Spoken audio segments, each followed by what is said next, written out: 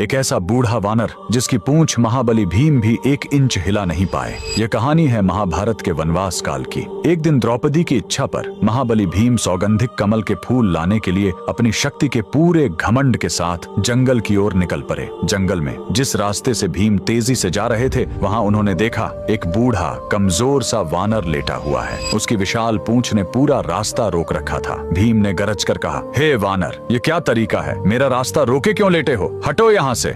बूढ़े वानर ने धीरे से आंखें खोली। क्षमा करना है वीर पुरुष, मुझ में उठने की शक्ति नहीं है। दया करके तुम ही मेरी पूंछ हटाकर आगे चले जाओ। ये सुनकर भीम का अहंकार और बढ़ गया। हंसते हुए उन्होंने अपने दोनों हाथों से पूरी ताकत लगाई, शरीर का पूरा बल लगा दिया, लेकिन पूंछ टस से मस नहीं हुई। उनका चेहरा पसीने से भीग गया और घमंड पल भर में चूर चूर हो गया। भीम समझ गए कि यह कोई साधारण वानर नहीं हो सकता। वह तुरंत हाथ जोड़कर विनम्रता से बोले, हे वानर श्रेष्ठ, आप कौन हैं? आप इतने शक्तिशाली हैं कि इस ब्रह्मांड को भी हिला सकते हैं। कृपया अपना सत्य परिचय दें। तब हनुमान जी मुस्कुराए और अपने विशाल असली रूप में प्रकट हुए। उन्होंने कहा, मैं तुम्हारा बड़ा भाई हनुमान हूँ। हम दोनों ही पवन देव के पुत्र हैं। ये सुनते ही भीम भाव विभोर हो गए और बड़े भाई के चरणों पर गिर पड़े। हनुमान जी ने भीम को गले लगाया और समझाया, शक्ति का अहंकार नहीं करना चाहिए। बल का उपयोग केवल धर्म की रक्षा के लिए करना चाहिए। और अपने छोटे भाई को फूलों के रास्ते पर आगे बढ़ाने के लिए हनुमान जी ने अपनी गदा से पहाड़ के बीच एक विशाल द्वार बना दिया। यही द्वार जहां यह अद्भुत घटना हुई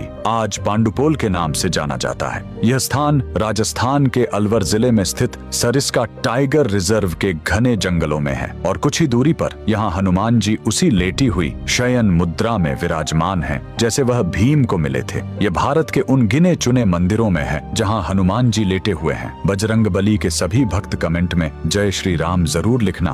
हम वो देश हैं जहां कभी बच्चों की पहली कहानी रामायण होती थी और आज बच्चे सोचते हैं खिलजी कूल था बिकॉज बॉलीवुड ने ऐसा दिखाया। ये सिर्फ ट्रेंड नहीं, आइडेंटिटी का किडनैपिंग है। कभी इस धरती पर आदर्श नाम से पैदा होने का मतलब था राम जैसा धैर्य, कृष्ण जैसी बुद्धि, विवेकानंद जैसी आग और शिवाजी महाराज जैसा स्वाभिमान। लेकिन आज लोग इंस्पिरेशन नहीं ढूंढ रहे, वैलिडेशन ढूंढ रहे हैं।